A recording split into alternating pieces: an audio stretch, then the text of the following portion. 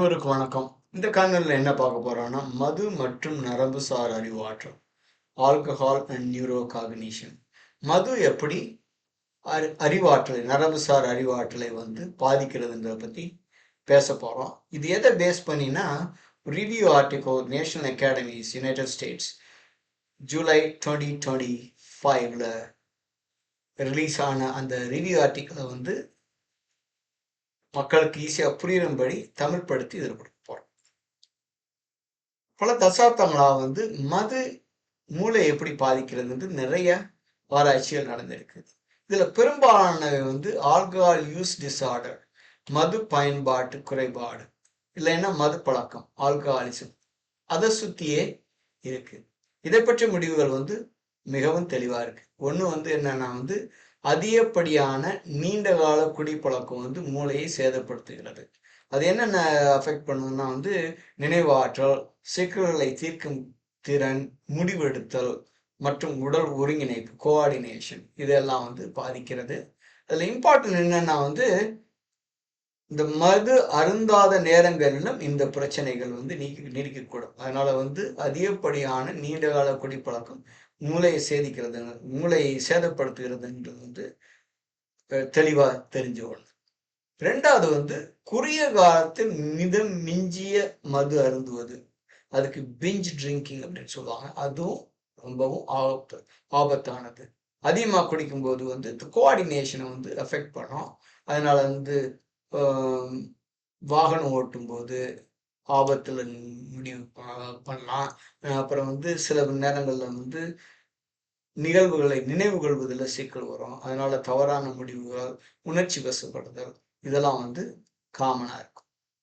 இப்ப என்ன கேள்வினா சில பேர் மாடரேட் ஆல்கஹால் ட்ரிங்கர்ஸ். அவங்க என்னன்னா சாப்பிடும் போது ஒரு கிளாஸ் ஒயின், இல்லைன்னா வார இறுதியில ஒரு நாள் 2 பீரு, இதனால எதுவும் பிரச்சனை வருமா? அதை பத்தி தான் இந்த ஆர்டிக்கிள் பேசப்போம். நம்ம வயசாகும் போது இது மூளைக்கு உதவுதா, தீங்கு விளைவிக்குதா, இல்லை எந்த பாதிப்பும் ஏற்படுத்துவது இல்லையா? இதை பற்றியான ஆராய்ச்சியை பற்றி தான் நம்ம இதுல பேச போறோம். அதிகமாக குடிச்சோம்னா டெஃபினட்டா மூளையை பாதிக்கிறதுன்றது நமக்கு தெரிஞ்ச விஷயம். இதுல 2-3 கோட்பாடுகள் இருக்கு. மது மூளையை ஏஜ் ஆகிறத சீக்கிரப்படுத்துமா இல்லையா? அதுல ஆல்சைமர் டிசீஸ் அப்படின்னா இது அடிக்கடி மறந்து போறது, அந்த மாதிரி நோய்கள் மது சாப்பிட்றதுனால வருதா, அதனால சீக்கிரம் வருதா, அதை பத்தி அதை மாதிரியான ஒரு சந்தேகம் இருக்கு. இதுல சொன்ன மாதிரி 2 கோட்பாடு. ஏன் அது தீங்கு விளைவிக்கலாம்? அதுக்கு சில காரணங்கள். ஒண்ணு மது சாப்பிட்றதுனால வீக்கம், பிரெயின்ல வீக்கம் அதிகமாகுது, இல்லைன்னா இன்ஃப்ளமேஷன். அது என்ன பண்ணுன்னா டிமென்ஷியா, இல்லைன்னா இந்த மறதி அதிகமாக வர்றது, அந்த நிலைக்கு வழிவகுக்கும் அப்படின்ற ஒரு கோட்பாடு ஒன்று இருக்கு.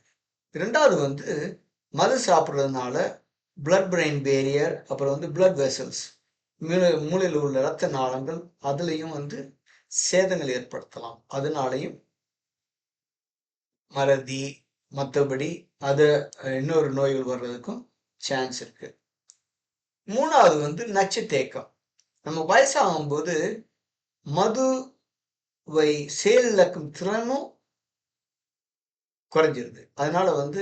அதனால வர டாக்ஸிக் காம்பவுண்ட்ஸ், நச்சு பொருள்கள், அது உடல்ல அதிக நேரம் தங்கி அதனால பாதிப்புகள் ஏற்படுத்த வாய்ப்புள்ளது. இன்னொன்று மது சாப்பிட்றவங்களுக்கு சில வைட்டமின் டெஃபிஷியன்சிஸ் வந்துடும். அதுவும் மூளைக்கு நிரந்தர சேதத்தை ஏற்படுத்தும். இன்னொரு குரூப் என்ன சொல்றாங்கன்னா, கொஞ்சமா சாப்பிட்டா அது உதவும் அப்படின்றது மாதிரியான ஒரு கோட்பாடு இருக்கு. அதுக்கு பேரு ஹோர்மேசிஸ் யோசனை அப்படின்னு பேர். கொஞ்ச அளவு மது சாப்பிட்டா மூளை தூய்மைப்படுத்தும் தன்மை அதிகமாகும்.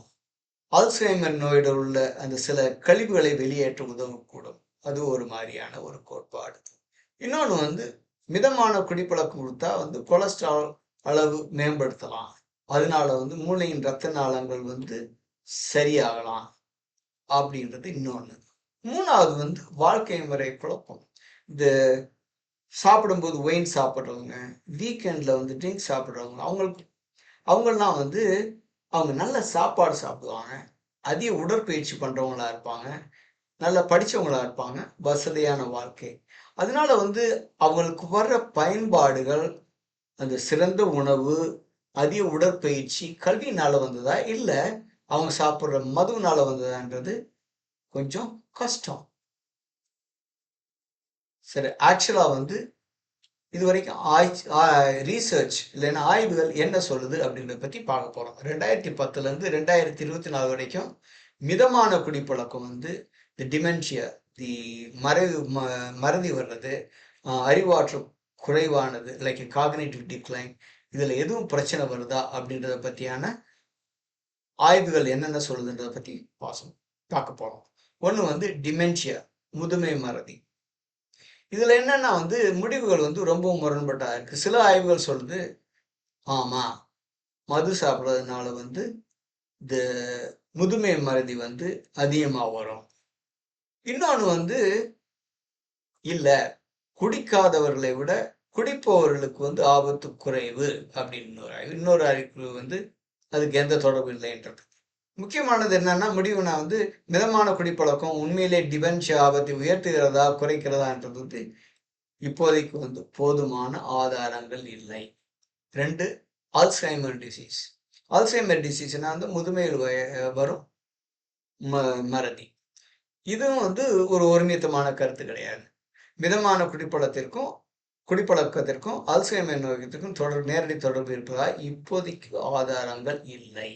இன்னொன்று வந்து காக்னிட்டிவ் டிக்ளைன், பொதுவான அறிவாற்றல் குறைபாடு, நினைவாற்றல், சிந்திக்கும் வேகம், ஸ்பீட் ஆஃப் திங்கிங், இதெல்லாம் எது இருக்குன்னா இதுலயும் வந்து மிதமான குடிப்பழக்கத்திற்கும் இதுக்கும் தொடர்பு இருக்கிறதுக்கு சான்ஸ் வந்து இப்போதைக்கு ஆதாரம் கிடையாது. இந்த ஆய்வுகளில் பெரிய சிக்கல்னா வந்து இதுக்கு வந்து காஸ் அண்ட் எஃபெக்ட், இது குடிக்கிறதுனால இது நடக்குதா அப்படின்றது மாதிரி கண்டுபிடிக்கிறது கஷ்டம். அதனால வந்து ஒண்ணு என்ன கண்டுபிடிக்கிறாங்கன்னா இதோட அசோசியேஷன் மட்டும்தான் சொல்ல முடியும். குடிப்பவர்களிடம் இது இருக்கிறதா, இதனால இது வருதா அப்படின்னு சொல்றது வந்து கொஞ்சம் கஷ்டம். அதுல பிரச்சனை என்னன்னா ஆரோக்கியமான குடிப்பழக்கம் உள்ளவர்கள் சாப்பிடும்போது ஒரு ஒயின் சாப்பிட்றவங்க, இல்லைன்னா வந்து வார இறுதியில் வந்து பீர் சாப்பிட்றவங்க, அவங்கெல்லாம் வந்து கொஞ்சம் படித்தவங்க, நல்ல சாப்பாடு சாப்பிட்றவங்க, எக்ஸசைஸ் பண்ணுறவங்க, அப்புறம் வந்து நிறைய புக்ஸ் ரீட் பண்ணுறவங்க, அதனால வந்து அவங்களோட அறிவாற்றல் ஆல்கஹால்னால வர்றது கிடையாது, மதுனால வர்றது கிடையாது, மற்ற காரணிகள்னால வருது அப்படின்றது தான் வந்து இப்போதைக்கு எல்லாரும் ஒத்துக்கிறக்கூடிய விஷயம். இறுதி முடிவு என்னன்னா, இந்த ஆராய்ச்சியில் உள்ள இறுதி முடிவு ஒண்ணு வந்து அதிகப்படியான குடிப்பழக்கம் மூளைக்கு மிகவும் கெடுதலானது. அதுல எந்த மாற்றமும் இல்லை. மிதமான குடிப்பழக்கத்தை பொறுத்தவரை வந்து தெளிவான பதில்கள் கிடையாது. ஆனா ஒண்ணு, தினம் ஒரு கிளாஸ் சாப்பிட்டா மறதியை போக்கும் அப்படின்ற ஒரு கருத்துக்கு வந்து இப்போது அறிவியல் சான்றிதழ்கள் கிடையாது. வாழ்க்கை முறை தான் முக்கியமானது. மிதமான குடிப்பழக்கத்தில் உள்ளவங்க நிறைய பேருக்கு வந்து நல்ல சோசியல் டைஸ், சமூக உறவுகள், ஆரோக்கியமான உணவு, கல்வி, அந்த மாதிரி காரணிகள் இருக்கிறதுனால அதுதான் மூளை பாதுகாப்பதற்கு முக்கியமானது அப்படின்றது தான் அறிவியலோட தீர்ப்பு இப்போதைக்கு. இன்னொன்று வந்து வயசாகாத அதோட மதுவினால் ஆகும் ஆபத்துகள், மூளைக்கு வர ஆபத்துகள் வந்து அதிகமாகும். மாட்ரேட் ஆல்கஹால் ட்ரிங்கிங் 40 வயசுல உள்ளது 70 வயசுக்காரங்களுக்கு ரொம்பவும் பாதிப்பை அதிகப்படுத்தும். முந்தைய வழிகாட்டுதலோட ஒரு ஒப்பீடு பண்ணணும்னு வச்சுக்கோங்களேன். அமெரிக்காவில் வந்து 5 வருஷத்துக்கு ஒரு தடவை அமெரிக்கன் டயட்ரி கைட்லைன்ஸ்னு ஒன்று ரிலீஸ் பண்ணுவாங்க. அதில் 2010 வந்து மிதமான குடிப்பழக்கம் வந்து அறிவாற்றல் குறைபாட்டை வந்து அதிகரிக்குது அப்படின்றது மாதிரி ஒரு கருத்தை சொல்லியிருந்தாங்க. ஆனால் வந்து அதுக்கு புதிய ஆய்வுகள் வந்து அதுக்கு சப்போர்ட் பண்ண கிடையாது. 2015லையும் 2020லையும் அதை பற்றியே வந்து அவங்க தவிர்த்துட்டாங்க. 2024 பிரகாரம் வந்து அதிகாரப்பூர்வமான முடிவு வந்து ஆதாரங்கள் போதாது, மது மூளைக்கு நல்லது என்ற எளிமையான கூற்று ஏற்புடையது அல்ல.